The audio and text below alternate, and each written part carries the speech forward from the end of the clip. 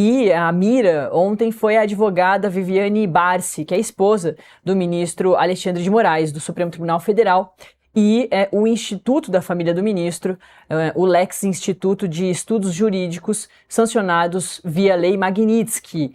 O ministro Alexandre de Moraes já tinha sido em julho, e aí, ao longo da Assembleia Geral da ONU, eu conversei com o Samuel Pancher, que é o nosso repórter que está lá, cobrindo, e daqui a pouquinho ele vai entrar ao vivo com a gente, trazendo os detalhes desse dia importante lá para a Assembleia Geral da ONU.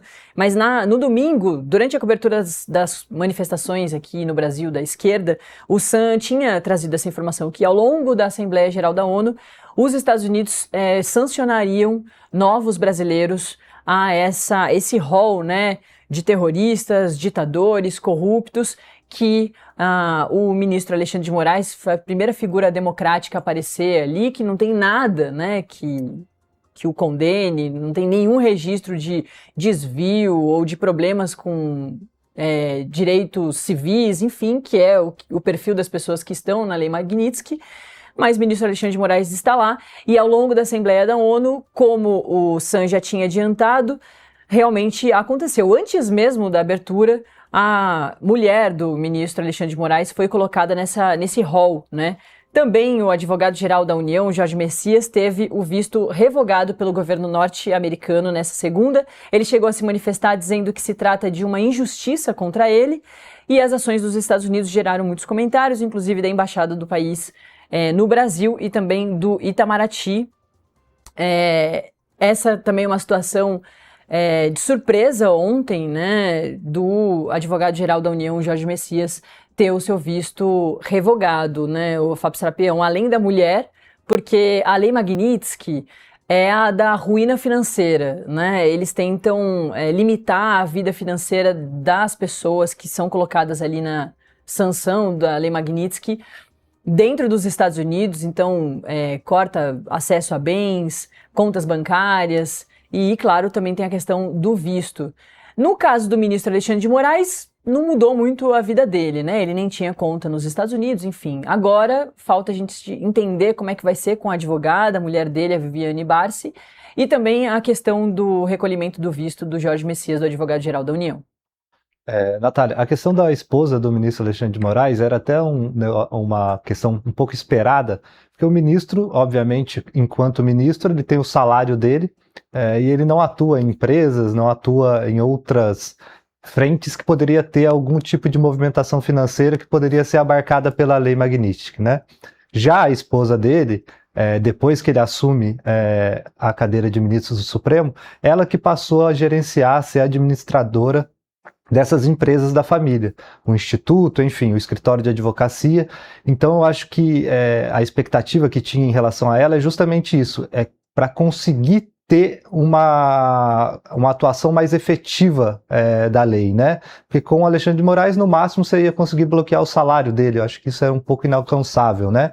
No caso da esposa, talvez seja possível bloquear algum tipo de transação. Ontem o Metrópolis mostrou ali compra de imóveis, enfim. Como isso tudo passa pelo sistema financeiro e, de alguma forma, o sistema financeiro sempre tem algum pé nos Estados Unidos, eu acho que é esse o objetivo da sanção a ela. Tentar agora, de uma forma mais efetiva, fazer esse asfixiamento financeiro contra a família do ministro, né? No caso do advogado-geral da União, Jorge Messias, eu acho que é uma questão mais simbólica, né? Enquanto advogado-geral da União, ele tem defendido a União e defendido integrantes do governo perante o Supremo. Eu acho que essa atuação dele, que é uma atuação muito próxima aos interesses do governo, foi o que resultou na inclusão dele aí como um dos alvos de sanção. Também no caso dele, não sei se a sanção seja tão efetiva, porque isso é um funcionário público que recebe o seu salário ali, né? Então não vejo muitos caminhos para que essa asfixia financeira seja efetiva, a não ser, e a gente não tem essa informação, se o Jorge Messias tem conta, empresas, enfim, em outros países nos Estados Unidos. Mas eu acho que no caso dele também, assim como no caso do ministro Moraes, essa lei eu acho que é um pouco menos efetiva, né? Talvez no caso da esposa do ministro, e é por isso até nos bastidores o Eduardo Bolsonaro, Paulo Figueiredo já diziam ali para alguns interlocutores que tinham como foco a esposa, porque é ela no momento que movimenta o dinheiro da família, né? Por meio dessas empresas, por meio do instituto, o escritório de advocacia, ela tem vários clientes, atua em várias cortes no país, então eu acho que o objetivo é tentar fazer com que a sanção seja mais efetiva. Mas é aquilo, acho que a gente tem que esperar também, no caso do Moraes, a gente ficou esperando e até o momento ela não foi efetiva. Vamos ver como será com esses outros personagens, né, Natália? Perfeito. Bom, mesmo assim, o ministro Alexandre de Moraes já se pronunciou. No caso dele, eu lembro que lá em julho, o Supremo Tribunal Federal estava em recesso. E eles esperaram, né, os ministros esperaram a volta dos trabalhos para fazer uma fala.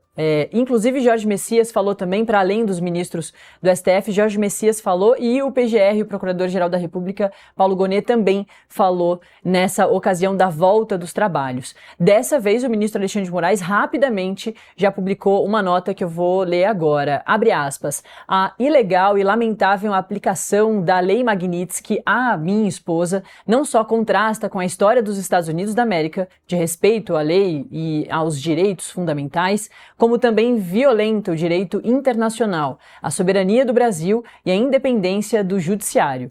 Independência do judiciário, coragem institucional e defesa à soberania nacional fazem parte do universo republicano dos juízes brasileiros, que não aceitarão coações ou obstruções no exercício de sua missão constitucional conferida soberanamente pelo povo brasileiro. As instituições brasileiras são fortes e sólidas. O caminho é o respeito à Constituição, não havendo possibilidade constitucional de impunidade, omissão ou covarde apaziguamento. Como integrante do Supremo Tribunal Federal, continuarei a cumprir a minha missão constitucional de julgar com independência e imparcialidade, fecha aspas. Forte, né, Fábio Serapião? É uma mensagem ali, é isso, de reforço da democracia, de reforço da soberania nacional e de reforço da Suprema Corte brasileira, né?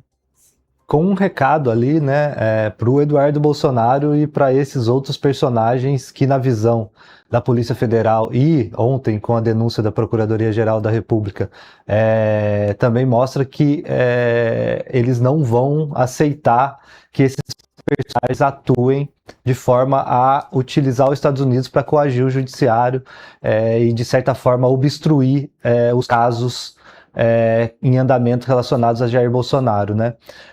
Isso é interessante porque essa denúncia oferecida pela PGR vai ser analisada pelo Supremo, né? E aí já fica um pouco claro, obviamente, qual vai ser a posição do ministro Alexandre de Moraes. A novidade aí é essa, né? Ele se manifestar na outra vez, quando ele foi alvo, foi mais ele também se manifestou, mas teve uma questão ali da corte apoiando ele, né?